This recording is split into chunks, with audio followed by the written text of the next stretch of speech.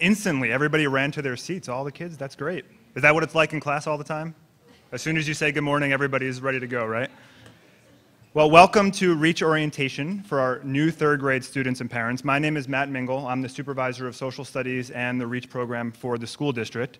I'm just going to give you a very little bit of information, and then we're going to ask the students to go with our staff to do some fun activities while I speak with the adults about the boring stuff. Just to give me a sense of things, where are all the Amsterdam students? Okay. How about HES? Where are all HES students? Yeah. What about Sunnymead? Triangle School?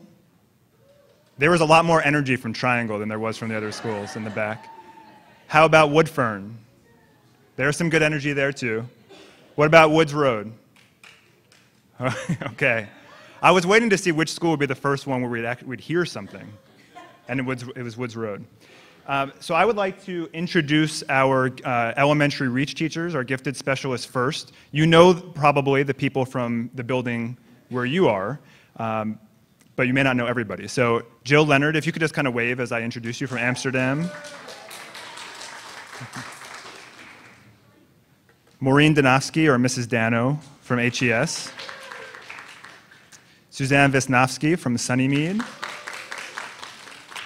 Mrs. Casal is not with us today from Triangle, but you can clap for her anyway if you want to. Pam Peterson from Woodfern.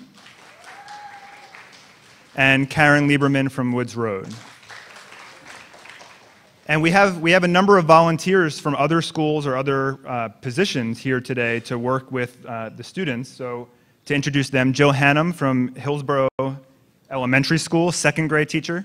Triangle, I put Hillsborough on there, sorry. They were trying to steal you for Hillsborough Elementary School, I guess. And Noreen Rinaldo from Sunnymead. Ms. Rinaldo is a computer resource teacher at Sunnymead. And then we have 3 teachers from Auten Road School. Deb Narotsky is a grade 6 teacher. Nancy Patrick is a grade 6 Reach and Social Studies and Literacy teacher. And Pat Seller is our grade 5 Reach teacher. Okay, so they're all going to be working with the students today. And so everybody knows we're not going to split up by school when we break apart. One of the goals of this afternoon, besides getting rid of the flies at Auten Road School, one of the goals this afternoon is for the students to meet people from other schools. You might know some of them from rec sports and that sort of thing, but we want to kind of mix the schools around so that you can meet some other people. So right now, we're going to ask that all of the third grade Reach students who have a name tag, make sure your name tag is on, otherwise you can't get in the next room. You're going to get up and follow all of our teachers out to the media center. We'll see you in a little while.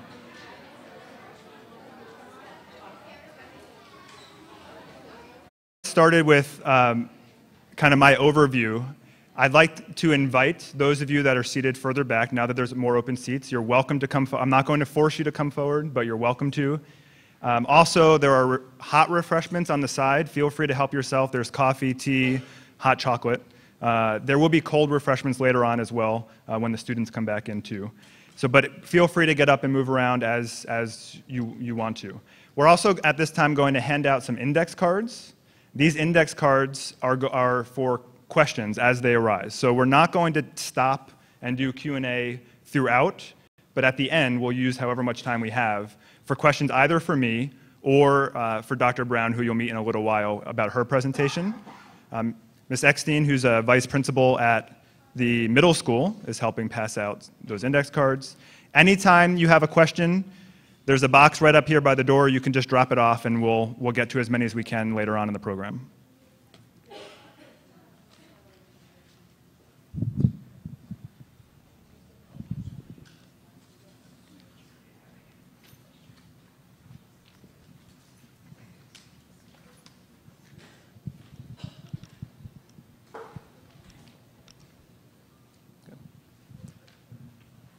Okay, and so everybody knows, even though we have, now it's a relatively intimate group, I am going to use the mic the whole time because we're filming so that parents and students who couldn't be here today will be able to watch it on the website, the district website.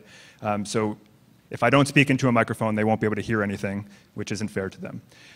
Many of you, I suspect, were at the second grade overview last January at the high school. Can I just get a show of hands of how many of you were there? Okay. So at that presentation, I gave you kind of an overview of what the identification procedures were for the REACH program and what it was sort of all about. And much of what I'm going to present in my part this afternoon is either a repeat or expanding on some of that information, but it's much more pertinent now, I think, that your children are in the REACH program. And then Dr. Brown will expand on a topic that I think is really important about how you can meet different kinds of needs, specifically social and emotional needs of your students, of your children. I start with this slide whenever I present about gifted education in the district because I think it's really important that you are aware the district's commitment is to all students. And in a lot of districts around us, gifted education programs were eliminated a couple of years ago during the budget crises when districts were looking for ways to save money. That didn't happen in Hillsborough, partially or primarily because of the efforts of the staff in the REACH program and parents. I wasn't here then. I can't take any credit for the fact that the program exists at this point. And that's a credit to the school district, I think. And I'm going to highlight how this program tries to address that mission as I kind of walk you through some things. The Board of Education has a policy specifically about gifted and talented education, which is in line with state law. And I highlighted the same phrases in January if you were at that presentation at the high school. This is by mandate and state law how we have to think about gifted education and the services we provide. Students who are exceptionally able, not just good, but exceptional in some area. One or more areas is really important. One of the things I'm going to try to talk about, and you'll discover, and you already know, is that some of your children are exceptional math students. Some of them are exceptional musicians. Some of them are exceptional verbally. Some might be exceptional in all those areas. Our job in the district is to try to find one or more of those areas of gifts or talents. We are required by law to compare the children to their chronologically aged peers. This is the process that we went through last spring. And a lot of questions come up during that process because it gets very competitive at times.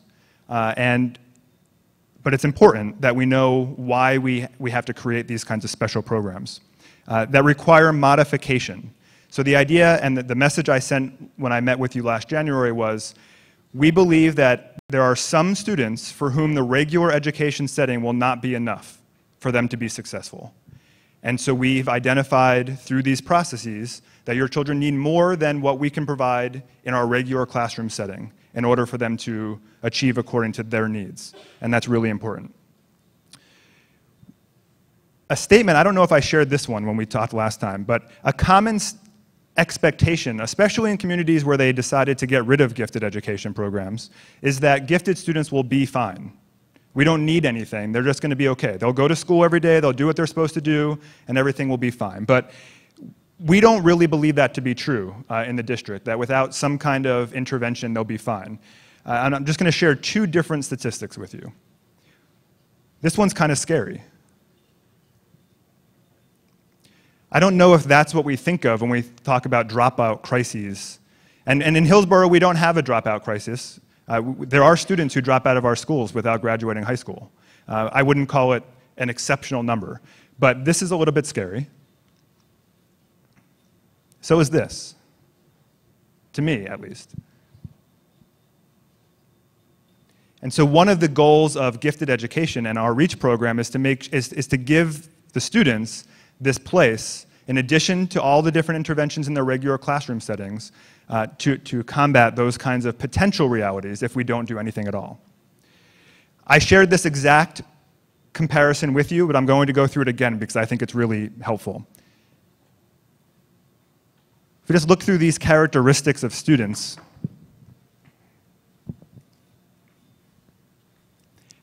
I'm sure for some people in the room, you see your child. For some of you, you're thinking, I don't know if I'm in the right place. You told us we should be here, but that's not my kid.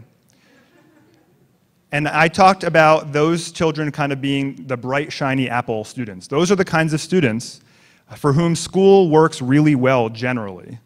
They succeed in school, and they like that kind of a setting. And then I described a different kind of student.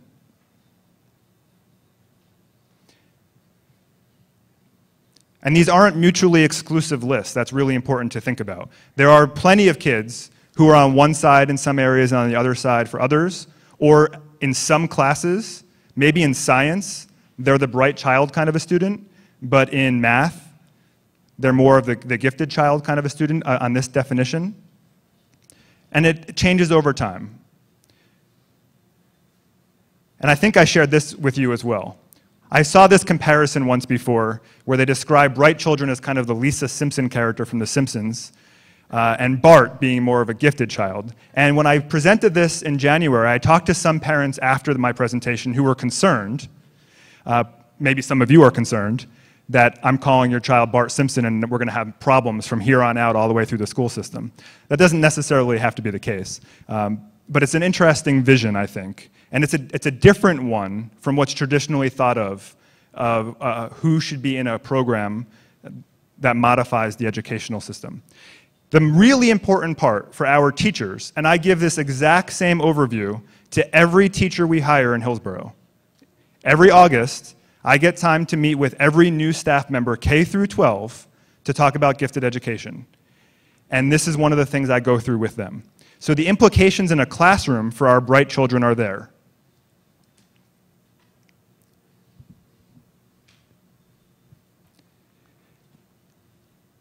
Things change a little bit on the gifted side of that comparison.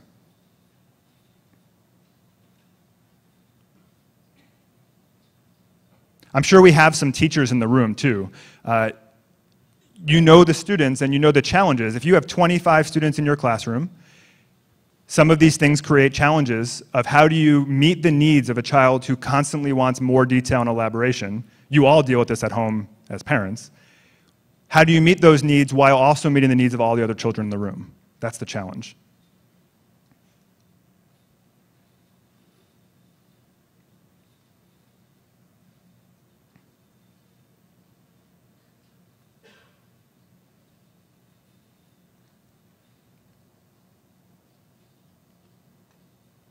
Again, not all of these things are true for every child all the time, but these are just some trends that you might want to be aware of.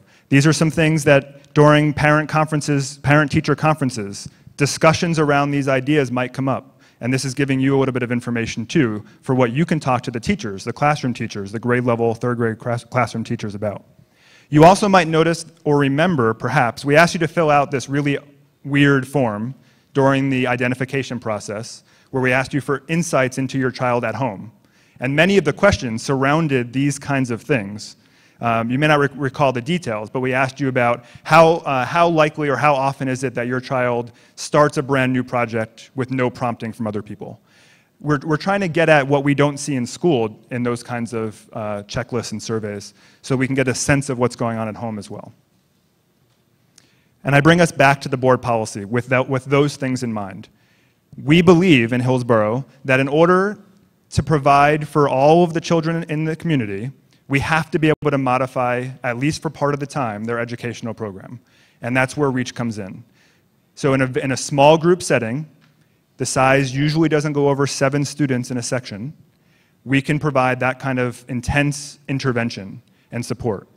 And I'll go through the 3rd and 4th grade REACH program in a second, but as a rule, the 3rd and 4th grade REACH classes take place for 165 minutes every 6-day cycle. That's a significant amount of time. Over 2 hours, the students are pulled from their regular education setting for the REACH program. That's a lot of time. And they miss something, which is really important for you to be aware of and to be in communication with the classroom teachers about. So they miss regular instruction. Usually, to my chagrin as the social studies supervisor, it's from social studies or science. It's very rarely from math and literacy, but it is sometimes from literacy or math as well. And that's one of the other reasons why we look at so much information about each child before we make a recommendation for the REACH program. What I have to be sure of is that them missing that class time is not going to hurt them in the rest of their educational experience. And that's a very fine line. And this is a conversation I have with a lot of parents during the identification process. We're pulling a child from the regular program, which we think is high quality, and I think you probably agree. Many of you probably live in Hillsborough because you want the education that the district provides. If we're pulling them from that setting, we have to be really confident that we're not doing any damage. And if at any time you feel concerns about what they're missing in the classroom, reach out to the classroom teacher and talk about it. The elementary reach teacher in your building can help as well. They've been doing this a long time. They know the challenges, they know the classroom teachers. They're a really good resource for you as a kind of a mediary, perhaps, with the classroom teachers. One of the things that we really encourage the classroom teachers to be aware of is why we are pulling those kids from their class to go to reach. It's not a reward for them doing their homework or behaving well in class. It's completely separate from that. So if at some point your child comes home and says, Miss So-and-so wouldn't let me go to reach today because I didn't do my homework last night, you need to call that teacher and talk about it. This is not a reward or a privilege. This is part of their educational program mandated by state law and school policy. It's not extra. It's part of their program. Our goal in the identification process, and I'm repeating this a few times because I really want to make this point, is to find out which students need this kind of a program. At any time, if you feel like it's not the right fit, we can have that discussion. I would encourage you to talk to the reach teacher in your building first, but then you can call me anytime and we could talk about that. And there are going to be some students for whom this isn't the right program based on parent preference. And we do remove students at parents' request. That's not a problem if you feel like what they're missing, but I would like to have that conversation before we made that kind of a decision. I'm going to review how you got here briefly without going over every single thing in detail. Again, this comes from the state law about gifted education. It has to be appropriate to the age of the child. So what we do for second grade students when we first identify is not the same as what we do for 7th or 8th grade students. We have to be careful about equity and access to the identification procedures. That's one of the reasons why every single second grader in the school district takes the COGAT to begin the process. Every single child took the COGAT. It gives us really useful information, not only for REACH, but for the regular instructional program as well. And the way we identify has to be related to what we actually provide. So it doesn't help us to know who the best violinists are in the school district if we're not going to provide a program for exceptionally able violinists. We were looking at math and literacy, as well as creative and critical thinking, which is kind of where our programs go at this grade level. These are the kinds of things the state recommends we consider. And we used all of them in our process, except, I would argue, grades. We don't really use grades the way that this term of grades is considered at the elementary level, but we do look at achievement test scores. We looked at aptitude or ability test scores. Through the teacher feedback, we know about the student's performance. And you also filled out information. We didn't ask students at this grade level to give us feedback. These were the tools. There were 5. I'm sure I talked to some of you on the phone about this at some point through the process. We started with the COGAT, and anybody who scored at the 90th percentile or above in the national norms on the COGAT, any student in that group was invited to continue. For your awareness, the national norms are looking across similarly aged students across the country. It doesn't necessarily mean the 90th percentile in Hillsborough, based on the current model, and I think that's important to be aware of. In school districts like Hillsborough, where the socioeconomic status of the families is above average on a national scale, you tend to have more students performing higher, and that's the case here. So that represented more like 20% of our second graders. So approximately 20% of our second graders in Hillsborough are in the top 10% on the national level. Okay, so the numbers, I point that out so that the numbers jive a little bit better when you think about how many people are in the room, for example, if you're trying to do the math, all right, how many third graders are there, how many people are here, and that kind of thing. So 90th percentile or above on the national norms. And then we used all these other things, and I'll go through them very briefly. The COGAT was group administered, again, over a course of 3 days at the end of January last year. You received a letter back, as did every other parent of a second grader, with the composite score and some information about what that meant. And then, if 90th percentile and above, we're invited to continue into some other things. The next thing was the Iowa Test of Basic Skills, which gives us feedback on reading, language, and mathematics. Now, the people who produce the Iowa Test of Basic Skills say that it tests content and skills that should be gained through the first half of second grade. It's important to note, though, that this is a national test, not one specifically tied to Hillsborough curriculum or the state of New Jersey's standards. So it's not a direct connection. And some of us might have talked if there was concern, perhaps, about where the test scores were. We also looked at something called the structures of intellect. This was the area of the test where your students were asked to try to think outside the box, I want to say, but they were basically given a series of shapes, and they came up with creative solutions to some things. They might have talked to you a little bit about that. This is getting towards, a little bit towards divergent thinking and creativity, which is one of the facets of the program at the elementary school level. And then we asked you and the classroom teacher to fill out something called the Renzulli Scale for rating the behavioral characteristics of superior students. It's a mouthful. That was that form of basically, do we see this sometimes, often, always, and so on. We sent you 4 from a much larger survey. And the reason we select those 4 is because our program is related to those 4. There's no use, like I said before, of getting information about students if we're not going to provide a service for it. So we look at those 4 areas. Okay, so that's kind of the identification procedures. And through that whole entire process, we kind of narrow it down to students who we think, again, need to be in the REACH program. One of the things I want to emphasize, and I live in the community as well, is that one of the things that concerns me sometimes about the REACH program and how it's perceived is that there are some who think this is a competitive thing and kind of if you get into REACH, you've won. And that's a concern because it's really about the child's needs educationally and not about winning a competition that leads to Harvard, for example.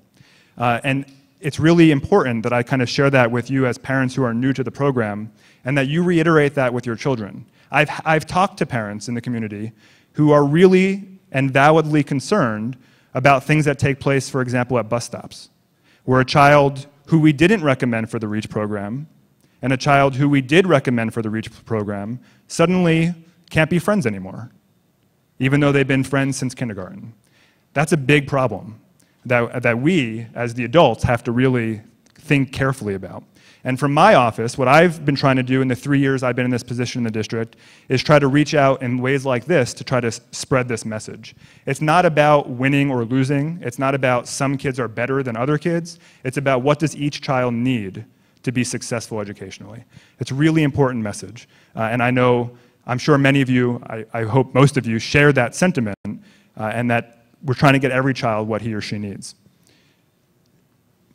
The REACH teachers will reiterate that with the students as well and talk about what does it actually mean. And I know Dr. Brown will kind of talk about towards that message as well. What does it mean to be in a program like this? At K4, your children have been receiving services related to REACH since they were in first grade, even though they were not identified for a program. In first and second grade, our REACH teachers, our elementary REACH teachers, go into every single classroom and work through projects and activities with every child in the district. We believe that these kinds of skills are good for all students. It helps all students in their early development, and it helps our teachers get to know those children really well. In third and fourth grade, we have the identified children in a pull-out program as I described, 165 minutes per 6-day cycle. That K4 enrichment support line is really important too. The REACH teacher in your building is not just there for those 165 minutes when your child is in REACH. They are a resource for you across the board. So if you're having a problem with how your child is being challenged in third grade science, and you think you need some help with how to handle that, talk to the REACH teacher in your building. They have really good relationships with all the classroom teachers, and they can help provide the classroom teachers with help to meet the needs of your child.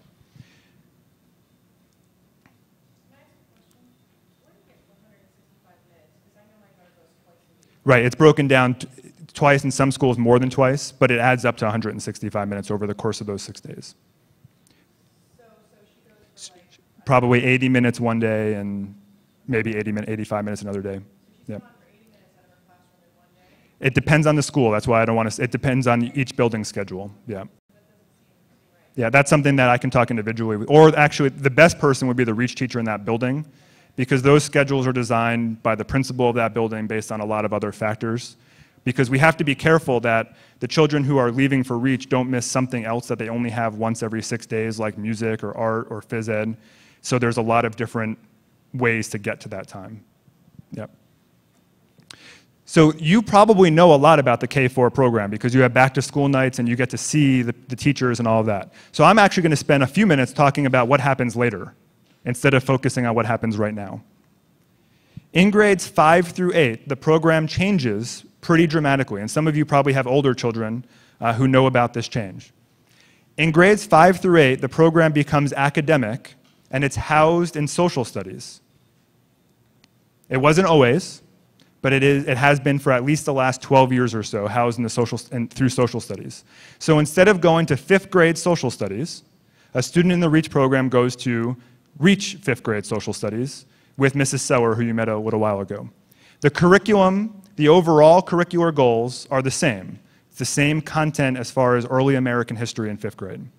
The approaches and kind of the classroom environment is not the same. And so the way we describe it on the district website is trying to provide this environment where above and beyond expectations is that's just the norm. That's the normal expectation. It's okay to take those risks and to go beyond. That continues in 6th, 7th, and 8th grade. It's in the social studies program. One of the reasons I bring this up today, in September of 3rd grade, is because the way we identified your children for the program that exists at the elementary level is not about social studies specifically. And so we will look throughout 3rd and 4th grade, especially towards the end of 4th grade, to ensure that it's still the right fit.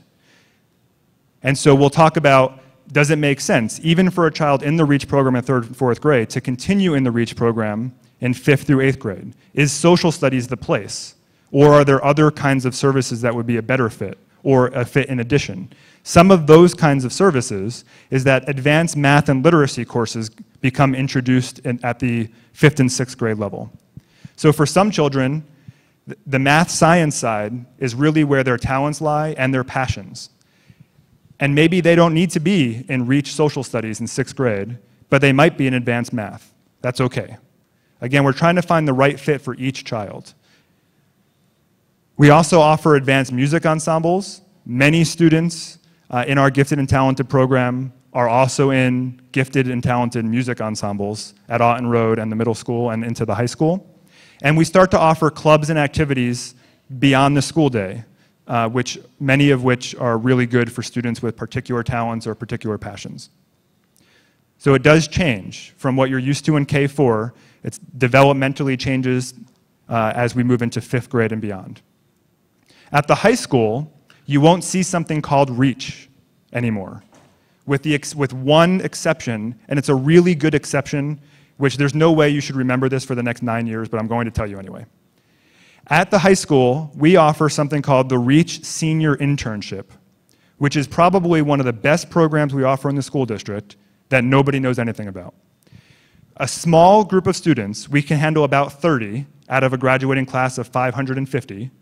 A small group of students who are really motivated get paired with people in what we call helping professions around the community, not just in Hillsborough, throughout Somerset County. Some of the examples, these students have done things like work for the United Way, work with the Somerset County Red Cross, work with the Business Advocates Office in Hillsborough, and they're charged with leaving the organization. They stay a whole semester with that organization after school, leaving that organization better than when they found it. That's the curriculum. And with their mentor in that site and somebody from the school district who supervises them, they come up with some kind of independent project. And some of them are really amazing. A couple of years ago, there was a Taste of Hillsborough event at the high school, which some of you might have attended or heard about. That was completely thought up and planned by a student in the REACH internship program. So what he found working in the business advocate's office was that new restaurants in Hillsborough were having a hard time. And you've seen the storefronts, and they come and then they're gone. And that he could do something to help them get the word out about what they offered. So he worked with all those restaurants and set up an evening at the high school that was free, where each of those restaurants could come and give out free samples. And they wound up running out of food. It was so popular in the community. And that was completely a senior REACH internship option to help the local business community. Those are the kinds of things. At the Red Cross, they're charged with running a county-wide blood drive each year. These are really interesting and exciting things, which are, I think, kind of a really nice capstone of a career in the school system and in the REACH program. At the high school, what's more commonly looked at for students with gifts and talents are accelerated courses. Taking AP classes for college credit at the high school level, we offer that as early as 10th grade. Taking honors courses as early as 9th grade. Many of the electives, especially outside of the core, meet the needs of gifted and talented students. And then there are all kinds of co- and extracurricular activities for students with every possible kind of talent and passion. One of the benefits of a high school with 2,400 students is that we can offer essentially everything that we need to offer. I mean, we offer nearly every advanced class that the College Board has for APs, and students, there are new clubs and activities created as soon as 4 or 5 students say they want one. And so we basically can meet the needs of all kinds of different students. The general information that I really wanted to kind of emphasize and re-emphasize is the major scope of the program, what it's all about, and importantly, what it's not about, which is what I was getting at the very beginning. I'd also want to reiterate that even though the identification process is over, that doesn't mean that I'm not a resource in the future. It seems that once we've identified students, I don't talk to parents very much anymore about REACH. Especially parents whose children were recommended to be placed in the program. But I'm a resource after the teacher in your building. So if you're confused about how something works, or you think there's a disconnect between the teacher and the student, between a classroom teacher, you have a lot of people you can go to. The building principals in each of the 6 elementary schools will definitely meet with you to talk about these things, the REACH specialist, and then you can always call my office as well. And being at the district level, I can help bring together resources from other places, depending on the need of your child. Before I introduce our keynote speaker, if you will, our guest speaker, I would just remind you that if you have a question about anything I talked about, or the REACH program in Hillsborough, and you want to jot it down on an index card, that's fine, and you can drop them off at any time, and we'll get to as many as we can at the end. But I'm going to turn to introducing Dr. Brown. There's too many good things to say, so I'm going to read directly because I don't want to miss any of the exciting things to say about Dr. Brown. Dr. Alyssa Brown is a distinguished lecturer and director of the Hunter College Center for Gifted Education in New York. Previously, she was the director of teacher and leader education programs and statewide secondary projects at the North Carolina Department of Public Instruction. She has served as the state director of gifted programs in North Carolina, a United States Education Department grant manager, a gifted program coordinator, a principal of a selective high school, and a teacher of the gifted. From 2002 to 2007, she was the director of the Center for Gifted Education at the College of William & Mary in Williamsburg, Virginia, where she directed an international research center and taught graduate courses in the School of Education. She has taught undergrad and grad courses in education at several universities, including Rutgers and Duke. She received her bachelor's degree from the University of Georgia and a master's from Western Carolina University. She received her PhD in Educational Planning, Policy, and Leadership from the College of William & Mary. She is a published author and presents widely. She was the recipient of the 2012 Distinguished Service Award from the North Carolina Association for Gifted and Talented and the 2004 Early Leader Award from the National Association for Gifted Children. She has 3 children herself, and she lives in New York. I'd like to welcome Dr. Brown.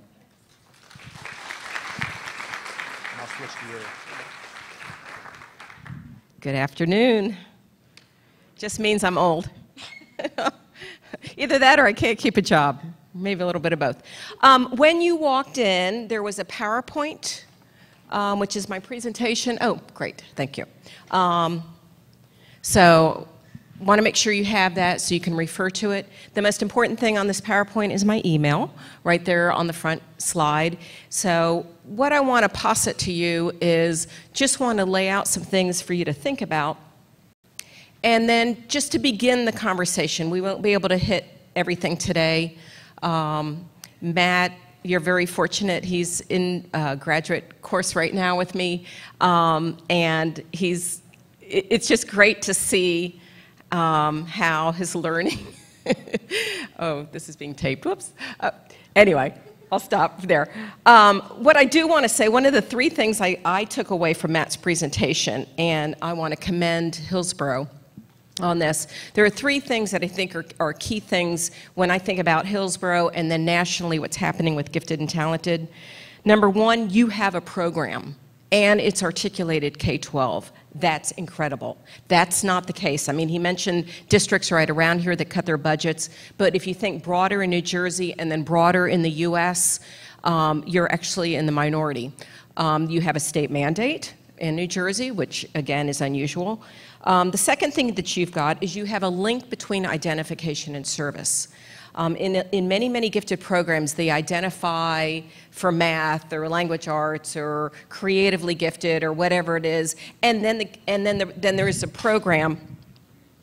Then there's a program out here that's not connected to the identification process. And what I noticed is that there's multiple measures being employed to identify students, and then there's deliberate strategic connections to the program itself, and it's all driven by the learner.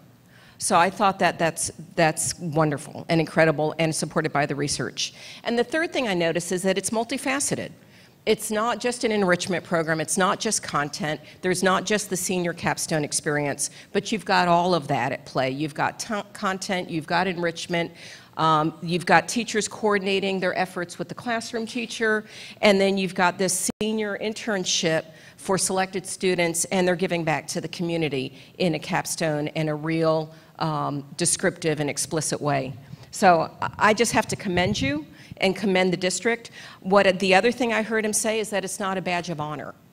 It's really thoughtful and deliberate, and the board policy speaks to that these students require modification. I've seen policies that say gifted students as compared to chronological peers, yada, yada, are excelling in one or more areas and may require. And it's explicit in your board policies that say they require. It's not an option. So, I mean, there's just some key things that you should really feel good about. And the fact that you're here on a Saturday afternoon really speaks to your support. So what I'm going to do in my short time is my presentation. I start with a couple of slides about gifted characteristics and the learner. And so I'm focusing first on the learner. And then I'm going to kind of broaden out and talk about curriculum and interventions and kind of scaffolding ways to think about the match between the learner and curriculum interventions, and then broaden that in terms of concentric circles to then support. How can you support? How can you advocate from an academic perspective, from an emotional perspective, and from a social perspective? And again, just like he mentioned, if you have questions, write them down and stick them over there, and then at the end we could probably rifle through some questions. And really, it's an ongoing discovery. I'll just tell you from my own three kids, all three of my children were identified gifted. All three of them were served in public schools. None of them right now is in therapy. That's good. But it's just a wonderful and also a little, you're in a wonderful place in terms of the journey, but it can be overwhelming and a little nebulous in terms of what do I do. And sometimes I just was in Nashville, Tennessee on Tuesday this week, presenting to about 250 parents and looking at their program in Nashville Public Schools, which is a very large urban district, much different than what you've got here. And really, parents everywhere want the same thing. They just want what's right for their kid, and they want their kids to be happy and healthy and challenged. And so they're not unlike you in what they want for their children. But they don't have a board policy, and they don't have an articulated program. And I know that you're getting this on tape, so I hope this doesn't circulate and get back to the superintendent.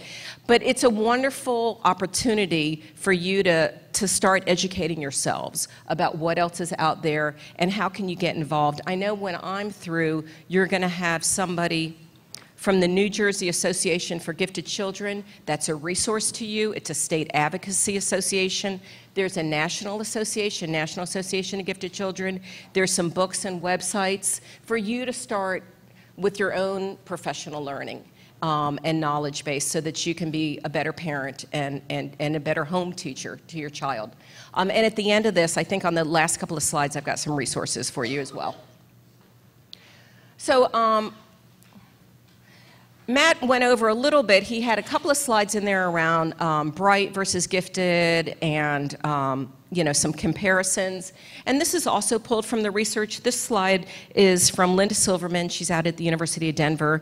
And my mentor, Joyce Van Tassel-Basca, who's now Professor Emeritus at William & Mary, and she's retired. And actually, she has taught some classes through Rutgers as well. And this is just pulled from the literature around some of those characteristics that they exhibit. And so I want you to take a look at this list. There's quite a few bulleted out, both intellectually and from a personality perspective. And just pick out, I don't know, pick out one that resonates with you. And let's talk about that characteristic and kind of pros and cons of that characteristic, of how that could be a good thing or not so good.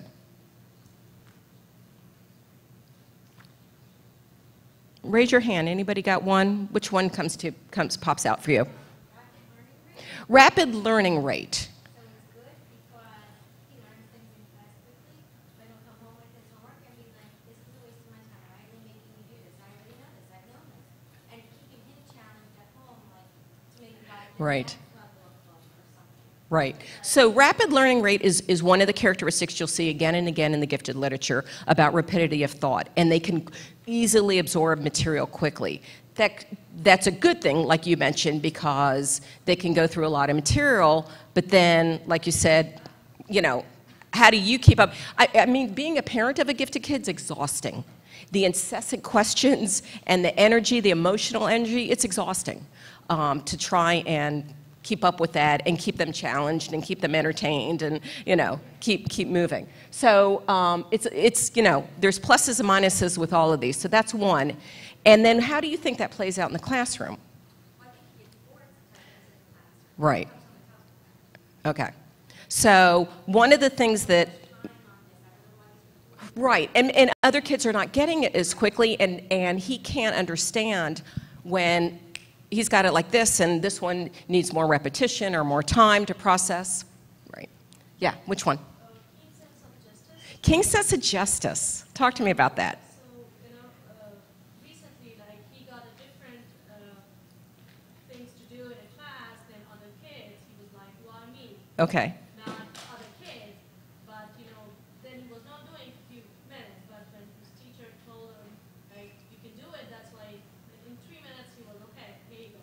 Okay. But he's more on that, like, what is correct, what is not correct, and try to put in a more Fairness. Yeah, and equity. One time I was driving, I think my oldest was, 6 years old. I don't even know. She was in the back seat. And there was something on the radio, like NPR, and they were talking about, something about whales and, kind of animals, that are getting put on the list for endangered species. And she's in the back seat, and she's like, Mom, what can we do that's so unfair? Why are there poachers or what? And at 6 years old, she's already, thinking about, kind of altruistic and then that sense of fairness. You'll see with this one, with gifted kids, if there's somebody new that moves into the classroom, they want to, they want to make sure they're okay and fair, or if there's a rule in school, this is how this plays out later. If there's something going on in school later that they don't think is fair, then, I mean, that could be good, that could be bad, it depends on how far they take it. But it's a wonderful thing when I was thinking about your capstone experience, how that plays out later as a senior. What's another one? Which one? Complex thinking. Pros, cons. Well, it's pros in the sense that they're looking outside the box or thinking Right, outside the right. box. The con is on my end to try to keep things around that will keep them interested. Right. How do you keep them cognitively engaged? I mean, who was it? A couple of months ago, he was reading this Ranger Rick magazine. Mhm. We were talking about naked mole rats and how their lifespan is equivalent to 150 years in humans. And he says, you know what, Mom? If we took their DNA Right. and transferred their DNA to humans, then we could live 150. And you're like, I don't want to live that long. No. But yeah, they're complex thinkers. And sometimes the school environment doesn't nurture that or doesn't allow for it because there's so much materials the teachers have to get through and so many other students that they have to deal with. So, but again, being aware of this is really critical. I'm just going to pick out one, nonconformity. How many of you have older children that were identified earlier? Okay, so sometimes you see this playing out a little bit later, not so much in third grade, but a little bit later in middle school and high school. And again, good thing because you want them to be independent thinkers and be able to stand up for themselves. Bad thing because there's rules and there's governance structures that we have to adhere to. Develop sense of humor. Okay, so a lot of gifted kids have this acute sense of humor that is sometimes the only person in the classroom that gets it is the teacher. So there'll be something going on and the gifted student will say something that's sarcastic or humorous, and the teacher gets it, and everybody else, what just happened here? Why do you think, what is it about humor that would make that a characteristic on this list? What is embedded in humor that makes that work for gifted kids? Perception of social situation. Right. Humor has some nuances and it's very abstract, and typically it's connecting two or more ideas that on the surface don't relate, but then you see it in a different, insightful way. What happens though with gifted kids is they deliver it at the wrong time, or during the state testing, they see something funny and they deliver it. So they deliver it in the wrong time, or under a different situation, or with people. The other thing about humor is that's intriguing is the whole notion of study around linguistics. And social norms, because something that's humorous to us living here may not be humorous in India or China or so there's even some cultural relevance to humor that's just really interesting. And some social emotional characteristics. So again, pick out one out of here and let's talk about pros and cons. Some of these are repeated. Like I see humor again, and another one? Oh, The first one, yeah, concern for justice. I mean, we live in a competitive society. Right. And you try to teach that at times you need to be a little bit more aggressive or competitive. Right. But it's just ingrained that, no, I need to be fair. I'm playing soccer, everybody needs to take a turn. No, I'm not going to attack the ball because she has it, I might kick her or something. Right. And actually, what's interesting with gifted education and that one is this whole country, a democratic country that's really, that whole issue of equity and excellence. So this country really wants and rewards entrepreneurs.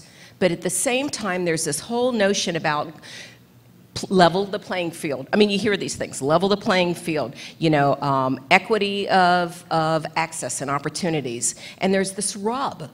And sometimes gifted education is perceived as elitist. But when you think about their needs and what's equitable for gifted kids, they need access and they need challenges to meet their needs too. I mean, what would you said, 20% of high school dropouts were identified gifted. So it's interesting, that rub between justice and then being independent and being an independent thinker, but then doing what's right. Perfectionism, are you experiencing any of this with your kids? Okay. And part of this is for you to be knowledgeable that these are normal for gifted kids. This is typical. This is not atypical. For gifted kids, these are normal. And so to some degree, this should be affirming. That, you know, instead of what's wrong with my child, when they show an early display of justice, or they display this sense of humor, or they are complex thinkers, that's good, that's them. Then, you know, that's right. But this issue of perfectionism, what happens is, in their mind's eye, they have these elaborate schema, or they want to do something, but they can't. Either physically, they don't have the tactile skills or the motor skills, or they don't have be able to articulate or write. They can't perform what it is that's going on sometimes. And so it gets, you know, it gets frustrating, and then they shut down. There's actually some new literature coming out, which is kind of interesting, around the link between perfectionism and procrastination. And so let me play out this one scenario. So you're a college student. You've coasted by in school. You're now being challenged. You're maybe taking a biochem class, whatever it is. You're being challenged for the first time in college. And you've got a big assignment due on Friday. And you procrastinate. And then you stay up all night. You pull an all-nighter. The assignment's due at 7 a.m. You kind of walk in after drinking coffee all night, whatever. You walk in, you turn in the assignment, and you get an A. So it rewards that kind of behavior. So there's some interesting research about procrastination, perfectionism. The other thing about procrastination is it procrastination or is it really incubation? Are you synthesizing and thinking through what that project is? Or are you really stymied because you don't have the resources or the capacity? Oh, okay. Here's a couple of slides. Yeah, I threw this in here. Perfectionism. Perfectionism can be a good thing, too, because it makes you strive to be better and to push yourself. So healthy perfectionists have the need for order, self-acceptance of mistakes. So they're pushing themselves, but they're able to kind of accept, you know, some small errors. The view as personal effort as important, so the emphasis is not on the product or the end game or the outcome, it's on the effort. And the use of positive coping strategies.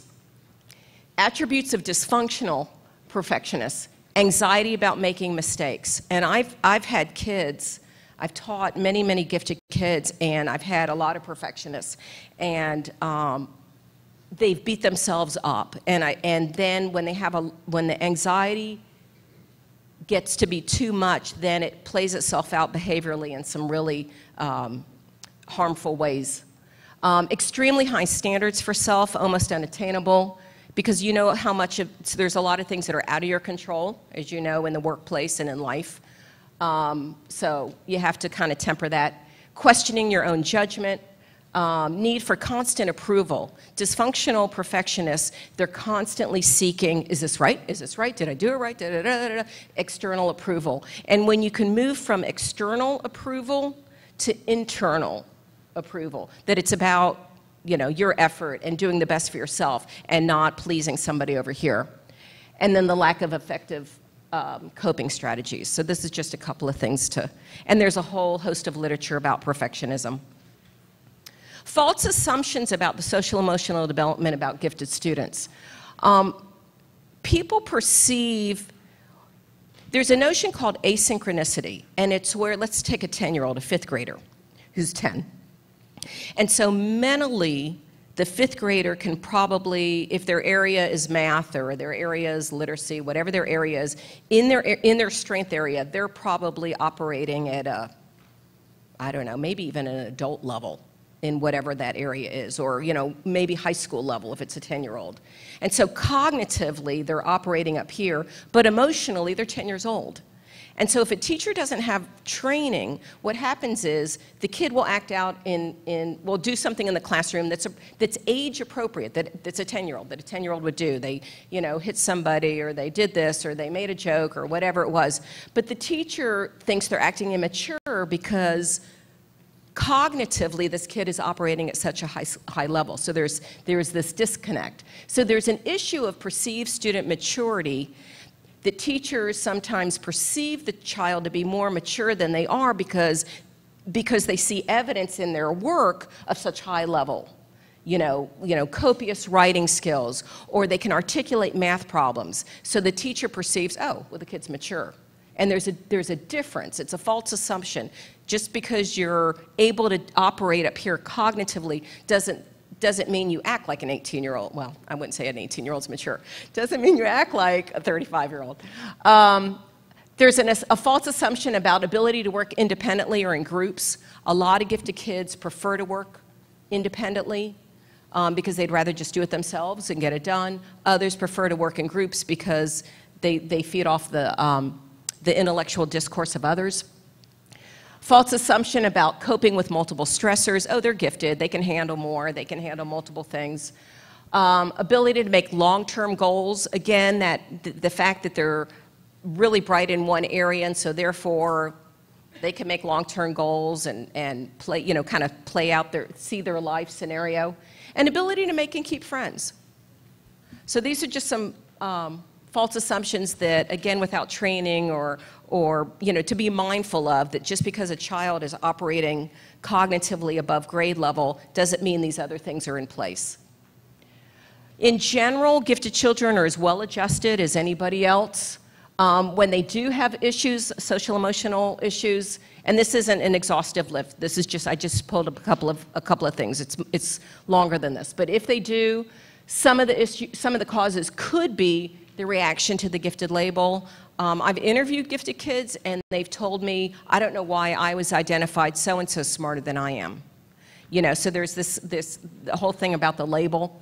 Failure of the educational system. You talked about being bored, so the failure of the fit of the educational system to address their learning needs. And stress from being self-critical, perfectionism, meeting others' expectations, fear of failure, and fear of success. Some interesting literature about women and fear of success, and men and fear of failure. So, but by and large, they're just like any other kid. Okay, so now I'm going to kind of segue broader, away from the learner a little bit into curriculum and instructional inferencing. So in general, this is from the National Research Council of how people learn, how we learn material, and how we construct knowledge.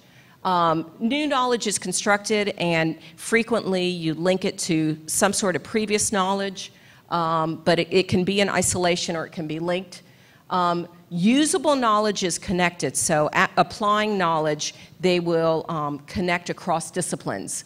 And then deliberate learning strategies, scaffold instruction. So you need, or teachers need to, and parents need to have deliberate strategies. One of the things, my oldest was so competitive, and so I would have to, but she had no sense of time management. So knowing that she was competitive, I would have to make getting ready to get in the car like a game and make it a competition, because it built on her strength, but then it scaffolded and gave her some strategies. I shared this with the class the very first time we met, again, moving out toward thinking about the learner and then what should occur curriculum instruction and assessment-wise. What do you notice about this pretty simplistic graphic? It's circular. And the arrows inform each other, so there's not any one, doesn't start a certain place and go a certain place. It's circular and they inform each other. What else? Yeah, both ways. Curriculum informs instruction, which informs curriculum, assessment, instruction, assessment, curriculum. Right. What else? Content Right. So what is taught, the curriculum is the what, how it's delivered is the pedagogical approaches, the how, and then what is learned, what was gleaned from that. So 3 kind of big buckets. Yeah. Yeah, and that it's driven by the learner. That it's the student that then drives what should happen from a curriculum instruction and assessment lens. What happens a lot in schools across the country is assessment is up at the top. Assessment is driving instruction and curriculum. And the learner, oh, well, they're down the hall. We're not even worried about the learner. So what's nice about this is gifted learners are driving that. And in this district, that's happening. So what I did is pull just a few of those characteristics, some of the big things the literature speaks to, and then the match to curriculum and interventions. So high verbal ability, and again, these are not exclusive. As Matt mentioned earlier, it's not like all gifted kids are highly verbal, or all gifted kids are this way, or they're not all this way. But many gifted kids have a high verbal ability. They have the ability to manipulate language and to articulate and be very persuasive and have a large vocabulary. So the link to that from an academic perspective, both in the home and in the classroom, is playing word games and puzzlers. And what you're doing here is matching that characteristic with delivery or with strategies. Good concentration. Not all gifted kids, but a lot of gifted kids can maintain task commitment or focus, especially if they're mentally engaged. They can stay with something and drill through it, for a long time. So to allow uninterrupted time and maybe give a 10-minute warning because they're so mentally engaged in whatever it is that in order for them to kind of break away from that and go on to the next thing, you kind of have to allow for that and then give them a warning.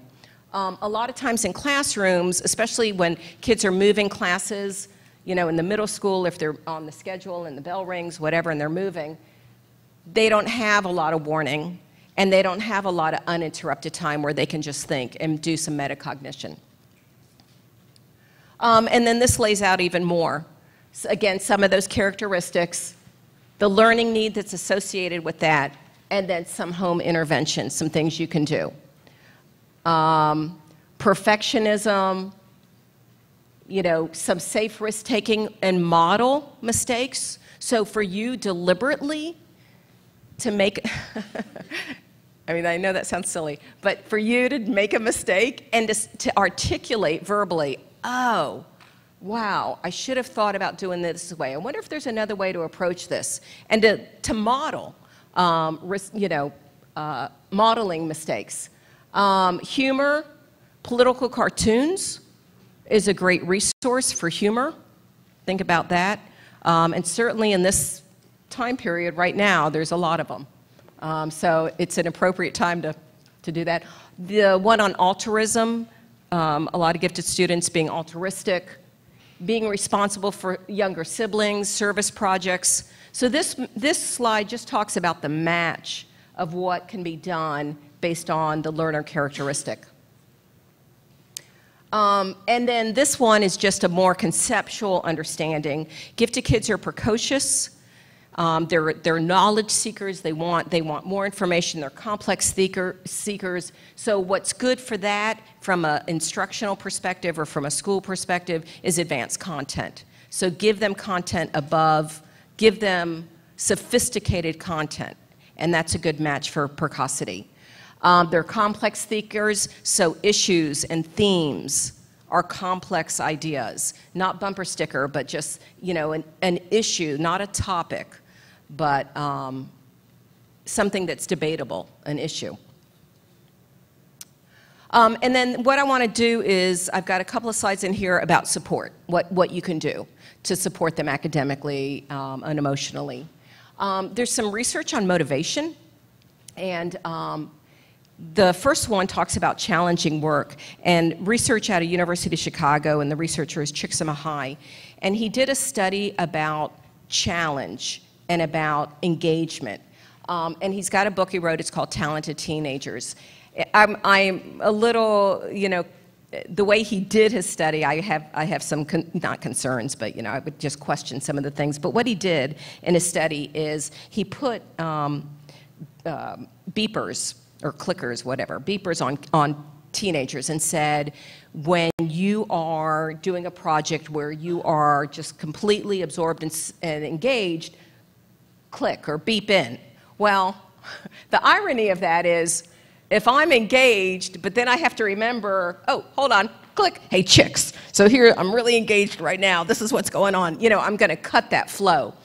But his theory is that if kids are cognitively engaged in the task, whatever it is they're doing, it's a science project, it's a math thing, it's writing, it's playing an instrument, whatever it is, and they're just so there in the zone, that they lose track of time and space. They forget that it's Saturday, 2:30. They forget because they're in there. And what we want, the implications for educators is we want to try and find flow.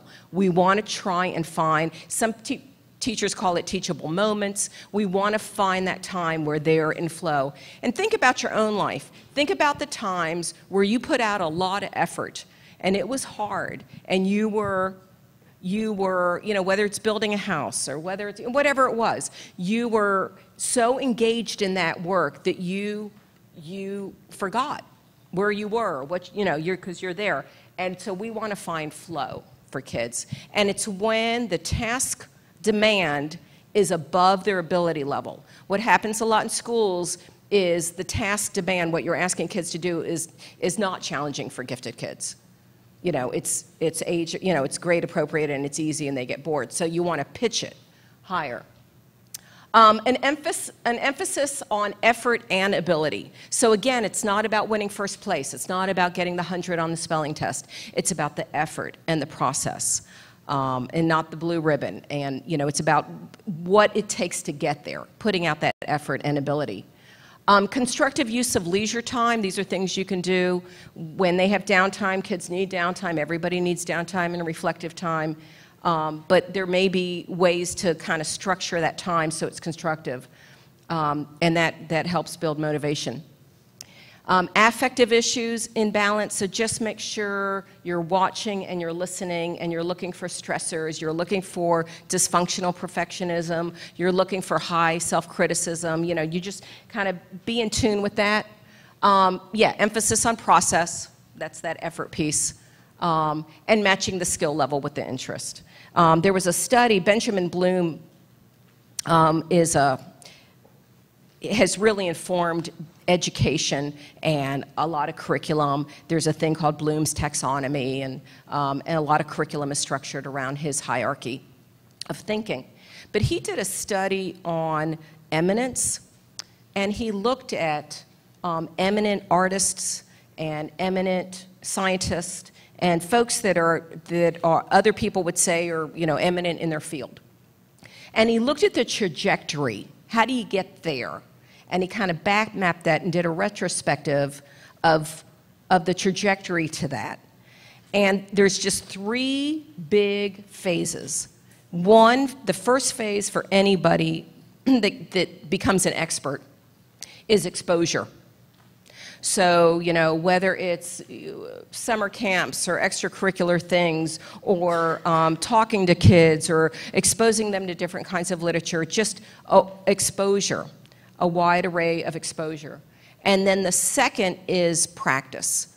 The thing that denotes experts from novices is the amount of practice. And you think about the Olympics that just finished, and you think about those Olympians and the amount of practice. So for them to get to London and for them to perform for 30 seconds, less than a minute, whatever their ability was, what they did for 4 years or even 8 years, day in and day out and day in and day out to get to that. So the whole practice is what separates, think about a concert pianist, or, whatever it is. Practice is what separates novice versus expert. So the 3 things were exposure and then practice and developing the skill And then the third is where you take the skill, you've learned it so well, you've internalized it, and you've made it your own. And practice can be years and years and years. And as a parent, when you think about coaching and mentoring, when your kids are going through the practice thing and fine-tuning their expertise, that's where you want the coach or their mentor to be a technician. And then when they have moved it to a different level, that's where the coach needs to be a facilitator and not a technician, and allow the kid to kind of make it their own. Emotional needs, be aware of the child's temperament.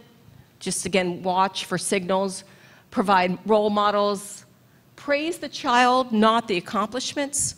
I mean, it's good to praise the accomplishments from time to time, but really focus on the kid and what they're doing to get there. And it's, he or she's a child. It's not just a product. Encourage empathy, foster discussions. Don't confuse intellect with ability in all areas. So if you have a mathematically precocious student, or even reading and writing are very different skills. You could have a gifted reader, and that doesn't necessarily mean they can write well. So just because they're strong here doesn't mean they're going to be strong across the board. And listen for feeling and content. Social, provide opportunity for interaction with likability peers. The REACH program does that because, 165 minutes every 6 days? So they have opportunity, but even beyond that, it's important to do that. There's many, many programs that don't have a program, and so these kids aren't even with anybody like themselves, with likability peers. And frequently I see in schools where kids are identified gifted, and the administrator will say, well, let me spread these kids out. I'll put one in everybody's classroom instead of clustering them so they can feed off each other.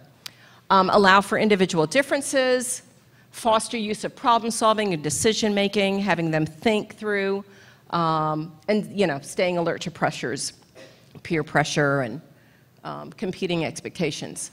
Your role in school success: ask questions, monitor homework. Matt had up here the Gates study called the Silent Epidemic, and that was about national dropouts. One of the other things that was in that study about high school dropouts is one of the differences they found with kids that drop out and kids that achieve. I mean, they graduate high school and then go on and stick with something, is their ability to set goals. Those kids that are successful set long-range goals, and kids that are less successful just get through the day. So things like they cannot delay gratification for a long-term goal. And so goal setting, in terms of the year, but then long-term, and if this is the goal, then what do we have to do to get there? And there was in that study, they interviewed dropouts, and one of the questions they asked them is, what are your goals? I don't know. Don't have any. Surviving, making it through the weekend, whatever it is. So the whole notion around goal setting, and then doing what it takes. What is it? All right, if this is your goal, med school, or if your goal is to buy a new car, whatever it is, then what do we have to do to get there? Time management is real critical for gifted kids. Sometimes their brains are going so fast that they can't articulate, or writing slows them down because their brains are going so fast. They're 5 ideas ahead, and they forget what they were even expected to do. So time management, learning how to kind of negotiate that. And a lot of times they have so many interests, and you don't have all that kind of money to do everything that, so it's they got to pick and choose and learn how to time manage and set priorities. Be a consistent advocate, but pick your battles. You're not going to get, I don't want to say you're not going to get, you probably will in Hillsborough. Many school districts, you don't get exemplary teachers all the way through that know their content and are engaging, or there might be issues with teachers, there might be issues with the school system or whatever. Be an advocate and pick your battles. You can't You know, you just have to be circumspect. One of the things I was going to say, Matt, when you talked about that senior internship, there was, I don't know how many years ago this was, but out of a capstone experience like that was the Students Against Drunk Driving, SAD. That came out of a kid's senior, he had a friend that was killed from a drunk driver, and out of that created a whole national organization, Students Against Drunk Driving. Hey, Nathan. Choose your language, be a partner, not an adversary. And then I've just got a couple of slides about in the field options for gifted kids, regular classroom differentiation. And so one of Matt's jobs here in the district is, yeah, they're being pulled out 160, 65 minutes a week, but they're gifted 24/7. So what does that mean for the rest of the time? And what that means for the rest of the time is the regular classroom teacher needs to be doing some differentiation. Projects, compacting, it's where they compact the curriculum because the student has demonstrated they know it. Critical and creative thinking skills, I think some of that's going on that he mentioned. Acceleration, in-depth opportunities to go more in depth. So these are just options that kids can do in the classroom. And these don't cost any more money, and it's just a matter of organization and training. Elementary program options, this is again broader. You can have regular classroom, you can have cluster grouping in elementary ed. That's where you have like 4 to 6 gifted kids in a classroom, and then the teachers differentiate with that group. They give them different kinds of work. A pull-out model, which is what you have. Cross-grade grouping, it's where kids are grouped by their strengths. So you might have a high math class, and it could have fourth and fifth graders in it, or third and fourth graders in it, but it's a high math or a high language. Ability grouping, self-contained, special schools, and then options for extracurricular. Here's some books. These are books for gifted children about being gifted. So Jim Delisle wrote several of these, but where he's interviewed them, and this is their thoughts. And so it's there's some nice books in there from children for other children. These are some books for you. Judith Halstead, the first one up there. If you have, one of the issues with gifted readers is they can read content that's an adult level content in terms of vocabulary, but sometimes for a 10-year-old, there's some themes that you don't want them reading about yet. So what she did is she reviewed books, and she's got them categorized by topics. And these are books that have high-level content, but they're more age-appropriate for different kids. So it's kind of a annotated bib around books for gifted children, for your gifted readers that are more appropriate in terms of themes. Smart Girls, Barbara Kerr did a study about, she interviewed valedictorians, girls and boys, and asked them about, again, their learning and their school experience and advice that they would give. Mo Neihart in Colorado, her research is social emotional development, and so there's a book that she put together that's the summary of research in social emotional. So it's what does the field know about social emotional development? There's a chapter on perfectionism. So there's different chapters. I think there's a chapter on self-criticalness or whatever. So she's got different chapters about what the research says. Sylvia Rim, you might have heard of her. She's a child psychologist, developmental psych by training.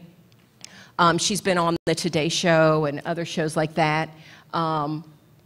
And her research, her area of expertise is really underachieving gifted, but this is a nice book on how to parent so children will learn. It's just a nice parenting book. Karen Rogers is at the University of Minnesota. She's got a book called Reforming Gifted Ed, and it's written for you. So she pulls in the research, but it's really written for parents about how you can help advocate and be an advocate. And what she does is she starts the book with different scenarios. So she says, meet Maria, and she kind of describes Maria. Meet Sean, blah, blah, blah, blah, blah. And which one is like your child? And then she kind of talks about what should happen and what should occur and questions you can ask. Linda Silverman, Counseling the Gifted. She has a gifted, I think it's called Center for Gifted Development. She has a research center in Denver, University of Denver, and she has done psychological, like WISCs and COGATs, and done psychological testing on children for years and years and years, and then put a book together about counseling, what she learned from testing kids. And then there's a parent handbook at the College of William and Mary. Organizations, the national organization, NAGC. There's a national organization about social emotional development, and then the New Jersey Association. And so it's really appropriate that I end here because I think there's someone here to kind of put in a plug for the New Jersey. So the New Jersey is a state advocacy, and the other two are national. Oh, and some websites. The first one around books. The second one, hoagieskids.org. This was a parent of a gifted student who was very frustrated because she didn't know where to go or what resources were available, so she developed her own website. It's now been, 10, 20 years or whenever. She started a website early on, and it's a generic website developed by a parent of a gifted kid for other parents of gifted kids. And it actually won some awards. GTworld.org lists of books recommended, and then there's the New Jersey organization. Oh, and then the NRCGT, National Research Center for Gifted and Talented, based out of University of Connecticut and University of Virginia, and they do research on gifted ed from all sorts of aspects. So if you're interested in any of the research, you can check their websites. Oh, I don't know. Okay, why that got in there at the end. So if you have questions, I think write them on the cards. We'll stick them over there, and maybe we can pick out a few. If you have questions for Matt and the program, we can answer that, and then any questions for me. So I want to end there, and I want to thank you. You guys have been patient and tolerant and attentive, and so I appreciate you, again, being here. It really shows your commitment to your children. You're in for a wonderful treat. It's exhausting, but it's wonderful. And you're in a good place. And do what you can to be more knowledgeable. And I just appreciate, again, the opportunity to have a conversation with you. You have my email on the front. Just consider this the beginning conversation. I'm right up the road. And so I'm around. And as your child grows and matures, or as you have questions, more questions, I'm a resource, Matt's a resource. We're here for you. So, thank you.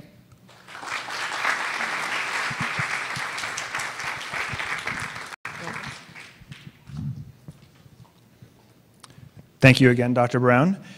We just a couple of quick announcements, and then we have one more speaker to briefly give you an overview of the New Jersey Association for Gifted Children, which Dr. Brown mentioned. The first announcement is completely out of place. It has nothing to do with anything else, but I wanted to share this with you. In about 25 to 30 minutes or so, the children will come back, and then we're going to ask you to go with them to where they've been to do an activity with them, which might make some of you nervous, but it's going to be fine. When that happens, we're going to set up some refreshments so that when you're done, you can all come back and have some refreshments. The reason I'm telling you ahead of time is that it's not good for you kind of food. There will just be some brownies and cookies and things like that. And if you don't want your children to have that, my suggestion would be not to come back with the group, and that's perfectly fine. There's no official program after we break apart and you go into those classrooms. So I'm only sharing that so that you can make that decision and not have it thrust upon you by us. So when you come back, there will be refreshments if you want them, but that's not an official part of the program or anything like that. Okay, the other announcement is Dr. Brown mentioned being in the district for some courses. And one of the things I think it's good to share with you is that in New Jersey, there's no requirement for teachers of the gifted to have any kind of formal training. There's no certification process in the state of New Jersey for gifted education or anything related to that. There is a program through Rutgers University that is a graduate certificate program in gifted education. And we made a partnership, Hillsborough made a partnership with Rutgers about a year ago, so that they will actually teach those classes in district, in this building, for our teachers. And I'm not talking about our teachers, of our REACH teachers. They've already been trained, many of them have been teaching in the gifted program for 15 or 20 years. I'm talking about general education teachers, special education teachers, administrators, and throughout the school district, media specialists, and so on. Everyone who is here this morning who's not a REACH teacher is in that program. And when they finish the program in January, it is my understanding that we'll have more people in Hillsborough trained, highly trained, at a graduate level in gifted education than any other school district in the state. And that's really important for you to feel confident about the kinds of, first of all, the value we place on this, because we're supporting our teachers through this financially. So the value we place on this process, and also the quality of instruction that we can provide to the students. So those were the two quick announcements I wanted to make. One completely unrelated, one I think important. So I'm going to invite Nathan Levy up, who is the current president of the New Jersey Association for Gifted Children. And I invited him here to share a little bit about this organization and the role that it plays for parents. And I'm sure he'll mention this, but I'm going to say it as well. The conference, the annual conference for the New Jersey Association for Gifted Children is held in Somerset. And so it's so close. And we send some of our teachers, but it's for parents too. And the second day is for parents and children. So you can actually, like today, go with your child. You get some information from experts like Dr. Brown, while the children do really interesting, enriching activities. So it's a really good resource, and it's very local. So, that's right. Whoops, sorry. Hi. I actually wear two hats. Like Alyssa, I go around the world and I speak to parents and teachers, but not in my home state. So in either case. But I also work as president of New Jersey Association for Gifted. Hopefully there'll be forms if any of you wish to join. Basically, it's a group that's continuing to grow. It's been in business, so to speak, for 20 plus years. We have a conference coming March 8th, which is a Friday. And we'll have speakers that do not normally come to New Jersey. There'll be a man named John Pearson, who is based in California. These are people I speak a lot around, so they're people that I've encouraged by twisting their arms to come to this state.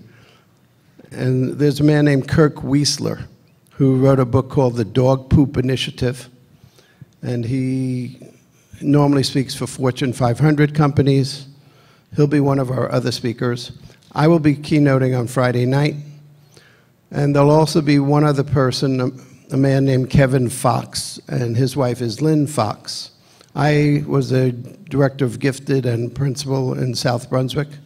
And basically, Lynn was one of my trainees, and she ended up coordinating the Gifted program. Her husband, if you've ever heard of a movie called The Negotiator, he wrote the movie. So he now writes for Law and Order Special Victims. So we're going to have like real life people who are gifted, and it won't be a lot of theory. There'll be a Saturday program for children. We have John Pearson again, will be doing something with children. And we'll have a group from Kentucky, who are people I've heard speak, who will be doing a whole thing in science. So there'll be great opportunities for children on Saturday. Parents, you're invited both days. I don't know if the forms are ready, but if not, please go to there are forms in back if you want to sign up for NJAGC, or at least take a form and see what it costs you. It's not real expensive. We're looking to have more parents involved. The joke of New Jersey is I see more people from New Jersey speaking outside of New Jersey than I do seeing them speak inside of New Jersey. So one of the things we're trying to do is get parents more active. I own my own publishing consulting company, and if you want, you're welcome to pick up one of my catalogs, which have books, tells you where to reach us if you have questions. What are your questions about either the organization, the date, anything else? Louder. I need at least two questions. Basically, what it does is number one, it serves as a resource for parents and teachers. It provides 4 newsletters a year, sometimes 3, sometimes 4, in which it gives articles about gifted. They're available for you to, they'll be having reach events. So if you go around the state, there'll be events around the state for parents to bring their children to have what used to be referred to as a Super Saturday. I'm guessing in this district you do a lot of your own stuff, but it gives you a chance to meet other people. So we have events, we have newsletter, we have people you can talk to. Out of the conference, what we're looking to do is actually do more by having parents more engaged in terms of what would you like to see, so we can provide that. I don't know if that answers your question totally, at least a bit. Other questions? Yes. What's the age range of the children that are usually in your program? How old, for example, most of your members? They range, it's getting younger and younger. We now have some pre-born children, but we're getting more calls from parents of 2-year-olds than we've ever gotten before. Part of my role, this is my first year as president there. I mean, I started the organization and then did not stay involved. And for the most part, it's been a teacher organization. Now it's moved much more into parents and getting all types of people involved. But in terms of the ages, it really ranges. We have people who have degree of expertise in almost all areas. Usually you start with me at this point, and if I don't think I can help you, we'll have people who can. Any other questions or reactions? Yes? Consistent theme has been how successful and unique the REACH program has been in New Jersey and in Hillsborough in particular. Is there an entity or a body that we can attribute that success to, political or otherwise? Because I'd be interested in knowing who's name. Thank him. If you're talking about Hillsborough, it's whoever. I know I was involved in training, even though you don't know this, the original person who set up your gifted program. But when I use REACH, I'm guessing your program is called REACH? Okay. It's 2 different things by the same name. REACH, I'm assuming you mean, is the name of your gifted program in this town. What we're going to have are called REACH events. And that means that you bring your child, and your child might have a choice of rocketry, magic, something that's not usually taught day to day in school. But it has nothing to do, the 2 programs are separate. So thank him if you want to thank for this group. Write a letter to the superintendent. Thank Alyssa, maybe she is participating. Other questions? Yeah. Just short of 400 right now. It's been as high as 500 and as low as like 330. And we're now reaching out more than we did. They were very happy with their membership. The conference has anywhere from, I don't know, 400 to 700 people. So, Are there parent strands in the conference? yes. There are definitely parent strands, but one of the things that's of question is if we want people to learn about gifted children or learn about helping gifted children, what I'm not sure is that we push for differentiation between this is good for parents to know, this is good for teachers to know. There's always an opportunity for parents to meet and greet, and there will be programs that will be more geared to parents. But like, if there were 10 teachers in today's audience, I'm sure what was shared up front would have been for parents as well. Yes? Your REACH program that you're talking about, is it more grassroots, gifted child advocacy group, or just No. information? It's a mini conference that's an opportunity for children to have a good experience. It's not a grassroots, let's change the state and make the state get more active. One of the questions we're actually under discussion about is when we talk about advocacy, does that mean pushing the state doesn't mean just educating parents. So we're not sure whether the only goal we have is to make sure the state provides laws. That's a component, but it's not our only piece. We want to make sure, we want to find places that are doing good works. So like, I'm guessing, and don't answer on it, I'm guessing Hillsborough has not been very active in the association. But here you guys are running this program, and you actually have a parent who said, we're happy, who do we tell? I just spent a day up north with a group who's very similar.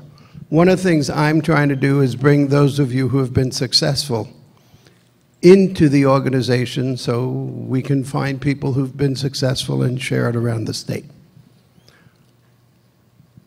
Other questions? Hopefully one evening when you have time, I can be invited back to do a workshop for parents about how to help kids think. I write a series of books called Stories with Holes. I'm guessing they're used here somewhat. So if you've never heard of them, you should. I'm famous. Just thought you should know. So in either case, all yours. And please pick up a catalog at the end. Thank you very much. Thank you. We do have on the back table later on, as on your way out or during refreshments or whatever, application forms for the NJAGC. You can also find the information online, but if you want to pick up a flyer while you're here, that's great. A couple of things came to mind. Although I'm happy to take kudos, I can't take really any credit. If you do want to thank somebody, I would address that to the Board of Education, because it actually takes a lot of will to continue to fund a program that in a lot of places is considered a luxury. And so that's really the superintendent and the Board of Education are the ones that should be credited for that kind of thing. And I would also say the conference last year, to give a credit to the representatives here from NJAGC, when I attended last year on the Saturday, which is the day when parents and children come as well, I sat at a table with parents, children, and teachers. We had great conversation, and actually it was that experience that led to this day. So that the kind of the model for today was based on the Saturday model of NJAGC, where we bring everybody in, and then we kind of create specific strands for the children, separate from the parents, to try to get everybody something that could be useful to them. One more thing, and then we're going to start answering some of the questions that you share with us. There's a few for me, and then there's, I think, a few more for Dr. Brown. I just want to recognize one person who's in the back of the room counting papers right now. Lynn Wolf works in the curriculum office, and she's the one that handled all the logistics for making sure today would happen. So thank you, Lynn. And one of the things we're going to start doing while we're answering questions is pass out another survey. So I know you filled one out on the way in. That was our way of finding out what you knew before we started. And on the way out, we're going to see if we actually accomplished some of our goals on the topics we wanted to increase awareness about. And there's an open-ended section. And I will read every single one. So if there are things, especially that you think you want to know more about in the future, there's no reason why we couldn't get together at other times. So if there are things you want to know more about, you can include that on the survey and we'll address them as best we can. The school district REACH website, I'm sure many of you were there last year during the identification process, but again, the video of today's presentations will be posted there if you wanted to go back and see something or share it with somebody else. And we also include other resources like links for parents in various places and announcements of contests and things when they come around. So we hope to keep on expanding what's available there. So the surveys are coming around, and I'm going to start answering some of the questions. One of the questions, and this is a very common one, especially as we get older into the upper grades, is can REACH help bring out other areas, specifically science, out of children? Science is currently the only core content area where there's no accelerated or enriched option. So in social studies, we have the REACH program all the way through 8th grade, and as I mentioned earlier, there becomes advanced math and literacy options. That is something that we've talked about. There is a district goal that you may, if you've been to any presentations by Dr. Schiff, the superintendent, it is his goal to bring STEM education, science, technology, engineering, and mathematics, like the robotics program we have in place very successfully at the high school, down to the middle school level and maybe even Otten Road, so that children will have that as part of their regular school day. So that's something that's in discussions. But we do recognize that as an area where we need to make some improvement in the district. Since REACH students are pulled from the regular class setting, why isn't there a separate REACH class? That's an interesting topic of discussion. The decision was made in Hillsborough a long time ago, and maybe you were part of this originally, about the program. And the idea of separating completely was never popular here. And at the time, it was among parent groups as well as administrators and teachers. And at the district level, from the teacher and administrator perspective, I would say it's still not really a popular idea of perhaps creating, I don't know if this is where this question was going, an entire elementary school just for REACH students or something like that. Yeah, go ahead. Basically, so each starts what day? Seriously starts. Third grade, yeah. So there would be a third grade class that was a REACH class. Oh, right. And so all the REACH kids would be in this class, and so they wouldn't have to be pulled out of Right. any particular class because it would be integrated in their six-day system. That was the question. And there are some places where that's popular. When the program was evaluated here, that wasn't something that came up through our discussions, and we just did this 2 years ago as our last program evaluation. I would invite, if you want to address this as well from a larger perspective, you're welcome but we can come back to that. 2 years ago, so everybody's aware, we did a program evaluation of our gifted and talented education services, K through 12. And out of that, some of the priorities that we identified were improving all of our teachers' knowledge and skills related to gifted education. That was the driving force behind the partnership with Rutgers, as well as the training I do with every new staff member we hire K through 12. That was kind of our number one priority to make sure, because even with a gifted program, the students spend most of their time, unless we move to a different kind of model like you're talking about, with teachers who are not teachers of gifted education. And so we want to make sure all of our teachers have some of that background. But that was one of our priorities then. Another question here is, will REACH be expanded to math and science in addition to social studies? Again, I mentioned science a minute ago. What I would also point out is that the advanced literacy and math courses, although we don't call them REACH, they don't fall under the umbrella that I supervise. They're clearly programs for gifted students in those areas. So they're not called REACH, but that's what they are.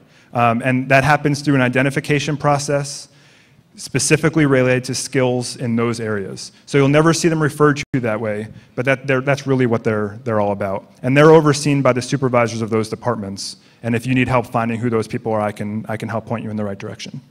So the other questions, it looks like, were for Dr. Brown. So I would invite Dr. Brown back up here.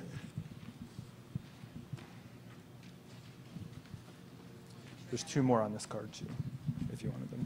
These 2 are for you as well. Okay. Right. So I'll get through, what I can. Again, I just want to reiterate my emails on the front, and we can continue, or maybe we can think about a FAQ or something. We might be able to pull together an FAQ out of these questions, something like that. We can talk about that. So here's a question. Can they mistake gifted for ADHD, or can a child be both? Yes. So one of the distinctions between ADHD and giftedness is without meds, an ADHD kid cannot do sustained task commitment. They just can't. Their brain can't, because there's an imbalance with chemicals in their body. But the fact that a gifted child can have multiple interests, be simultaneously thinking about this and this. So sometimes people do mistake them both. I don't have I don't have a chart, that says if, ADHD over here and gifted. I don't have anything that can delineate it that cleanly. I just know that, and there's a little bit of research coming out. The last time I was at the National Gifted Association, there were a few breakout sessions around ADHD. and giftedness, and I didn't attend those because I was presenting somewhere else or part of a committee or something. But I know with ADHD kids, my son actually has been diagnosed with that, and I know with him, when he's not medicated, he's all over the map, and he can't follow through and complete a task or do a singly minded task commitment and focus on finishing homework or getting into anything because his brain, he's just all over the map. And then when he's medicated, which personally, morally, I have some concerns about, but it seems to help him. But sometimes those areas are confused because ADHD kids do appear, especially the H part, hyperactivity, they do appear to be more active, and a lot of gifted kids are active physically as well.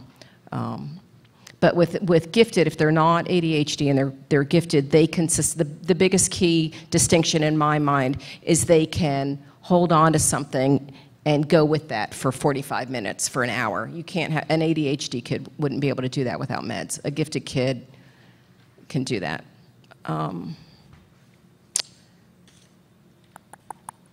How do you support perfectionism? How do you support perfectionist child? Oh, learn more healthy coping skills.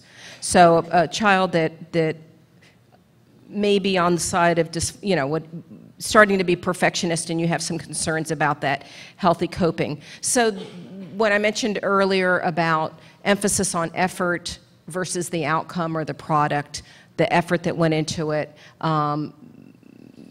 showing mistakes yourself, articulating, maybe having a conversation about the difference between high expectations and setting a goal and seeking excellence and perfectionism, and maybe having some of those conceptual conversations. And then the other thing that the literature cites with perfectionists is breaking it down to smaller, more manageable goals. So sometimes whatever it is that the child wants to achieve, the product that they want to create or whatever, is so large and so multifaceted. They've got to do this piece and this piece and this piece, and breaking it down into manageable chunks helps as well with coping.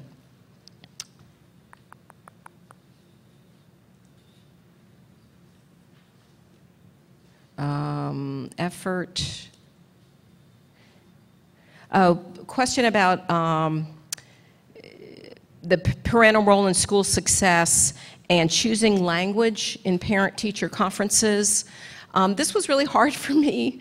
When I would go to parent-teacher conferences, I would always bring my husband with me, and I would write down the questions on a note card and hand it to him, because it was really hard for me to be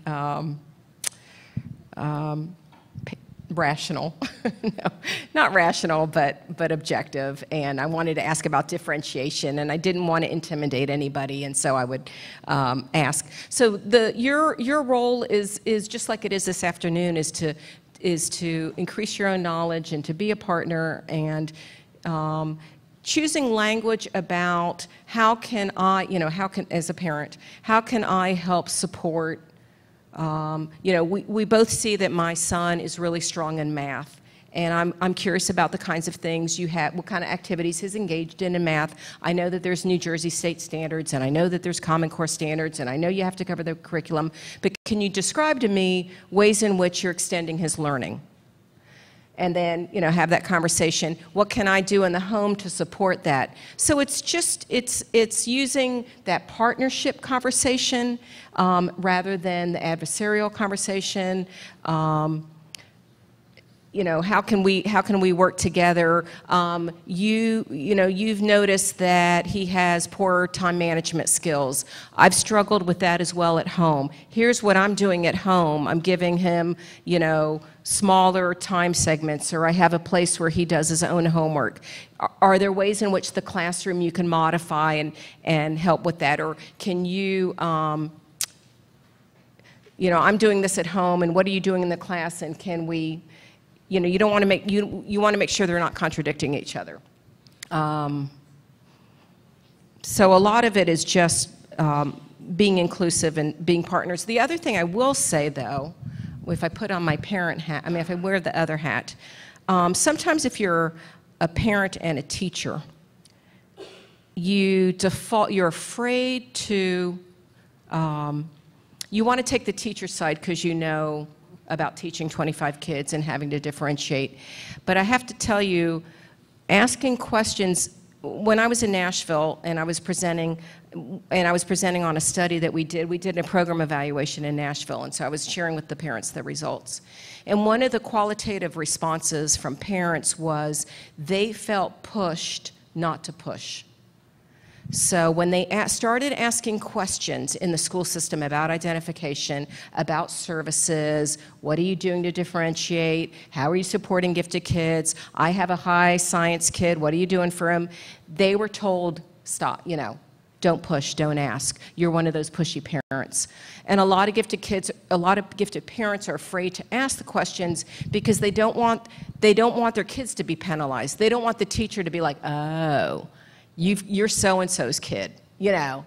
And so, you know, how do you advocate and be a partner and really want the best for your child and want your child to be challenged and engaged and to like school and not to come home going, I'm bored, will you just, I mean, my kids ask me to homeschool them.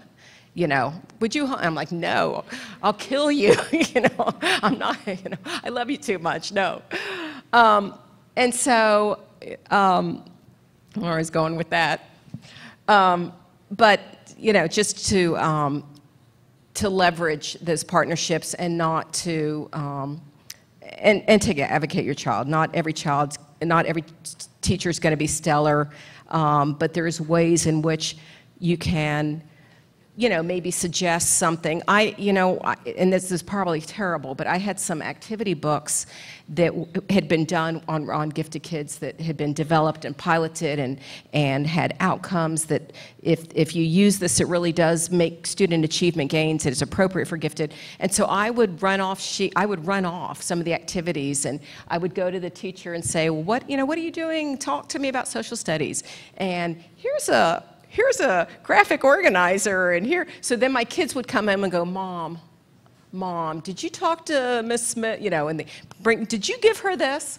So it's not good. It's hard being a teacher and a parent, but don't. It's parents. It's actually because of parents that there's AP courses. Parents are the quality control check sometimes, and parents are pushing against the system to make sure it's not status quo, and you're pushing externally, and so that's good. That's good.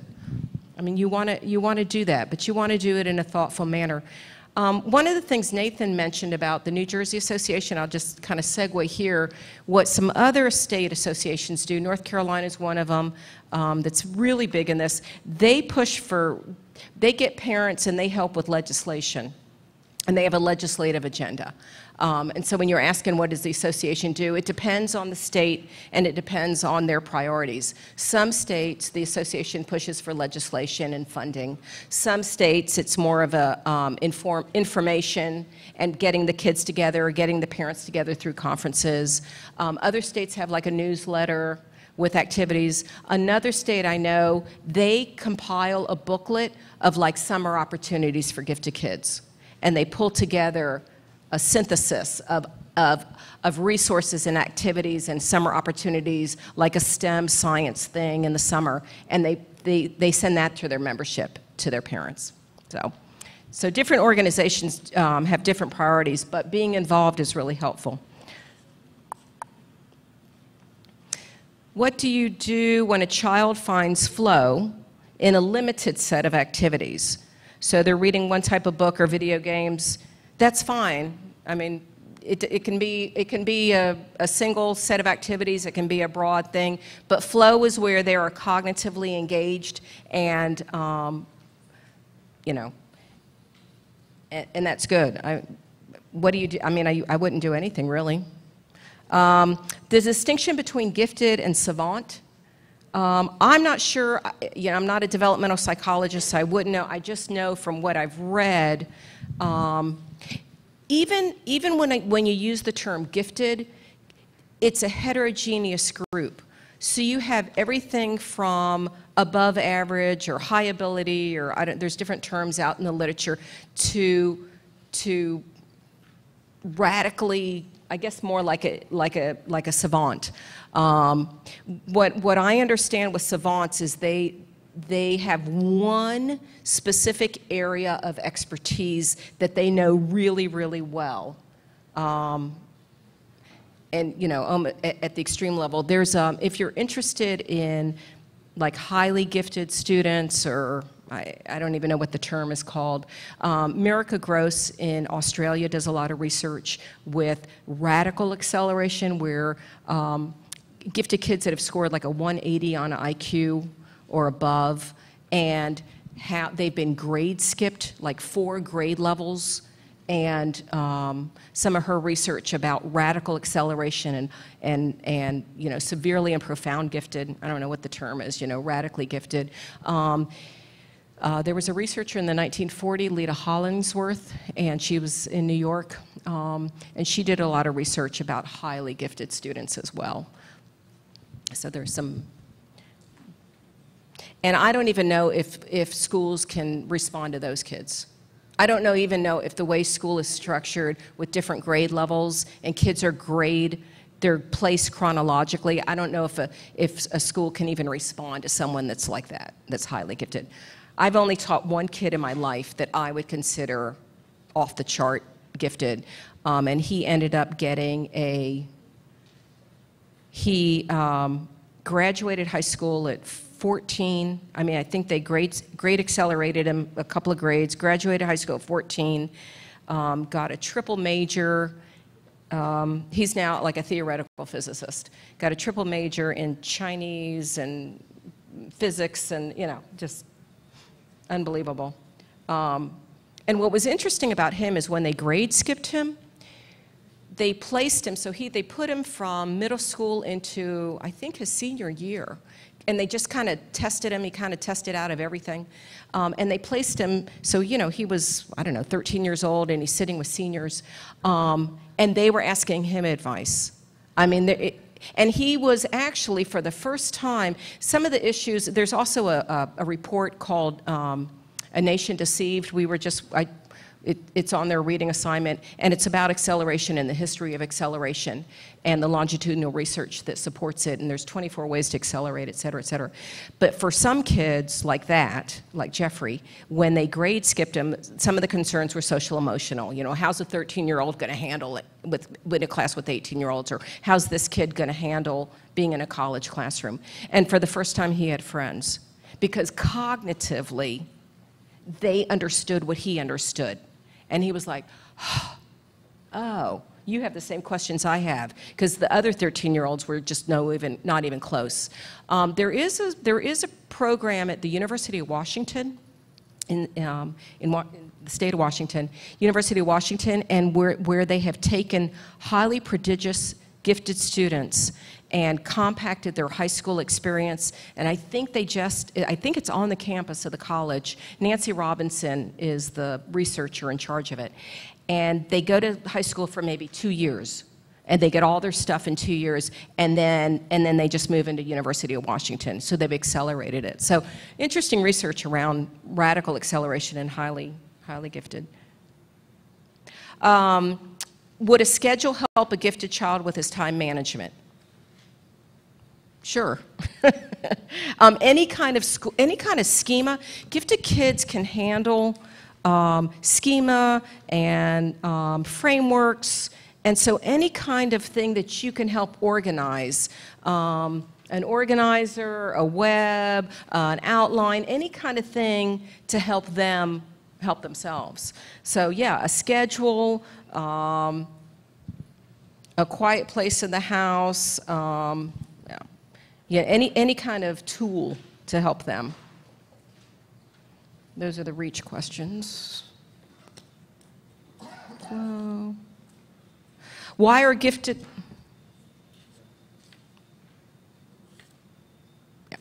Why are gifted students nonconformists? And they feel the need to be different, like wear unusual clothing and, well, could get into a whole conversation about adolescence, and I think it really has to do with their mental capability, because they can think at a high level, at a global level, at a conceptual level, and that whole sense of fairness. You know, some of them are going to be pushing those boundaries, and they're going to see my daughter, my oldest, had a really hard time with high school, with the structure. She loved to learn, but had a hard time with school, with playing school. And she didn't understand, you know, why do I need to sit through chemistry? Why can't they just give me a test and I'll get through it? And, you know, this kind of stuff. And so we had this whole conversation about playing the game, because you've got a long-range goal of going to this school or that school, and this is what you have to do to get there. And so we had this whole conversation about playing the game doesn't mean you're less of who you are. And it doesn't mean that your identity, that you have compromised your identity. And so a lot of gifted kids want to push the limit of whatever the structure is, because they don't think it's fair, or their insightfulness, or their ability to think at complex levels. And so having those conversations, or showing them where they have to be, where they have to conform over here. It doesn't make you any less of who you are, any less of a person. It doesn't take away your smarts and your ability. And then over here, you can be a nonconformist. So here in your leisure time, go for it. There aren't rules. But having, it's important for them to understand rules and directions, but sometimes it precludes them from moving ahead. So we had some pretty heady conversations about following the rules and playing school, but it doesn't take away who you are and your, and your ability. I think that's it. How are we doing? Okay, they're going to be rolling back in, right? Okay. I think there was one on the back. I think that's it. Okay. All right. Anybody else? You guys are tired. Is it nap time? Snack time, nap time. Again, I just want to thank you. I really appreciate the opportunity, parent to parent, to have this conversation and to give you some things to think about. I'm here and Matt's here, and now you've got the New Jersey Association. Nathan's here as well, and we're partners with you. It's not a us or them. It's, how can we better support our kids? So thank you again.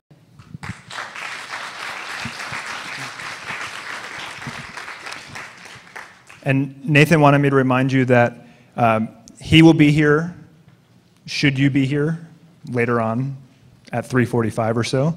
And Scott Hobson, who's also in the back, is another resource and an author in the field of gifted education, somebody else you can talk to as well when you come back later on.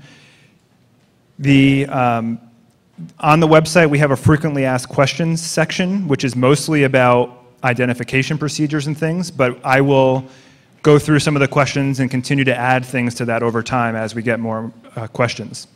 So what's going to happen as the students come back here is parents, we're going to ask you to go with your child back to where they just came from. And they know where that is, maybe. And the teachers they were working with certainly know where that is. So once everybody gets here, so that we're not kind of running each other over in the doors, we'll make that happen.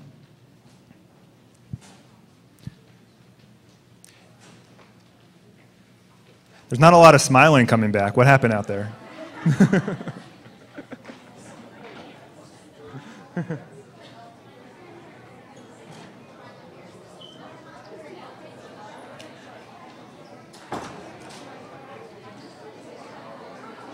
Before you leave the room again, I just want to thank again all of the REACH teachers and the other teachers who gave up voluntarily a Saturday afternoon to work with your children. Thank you all for your help today and your dedication.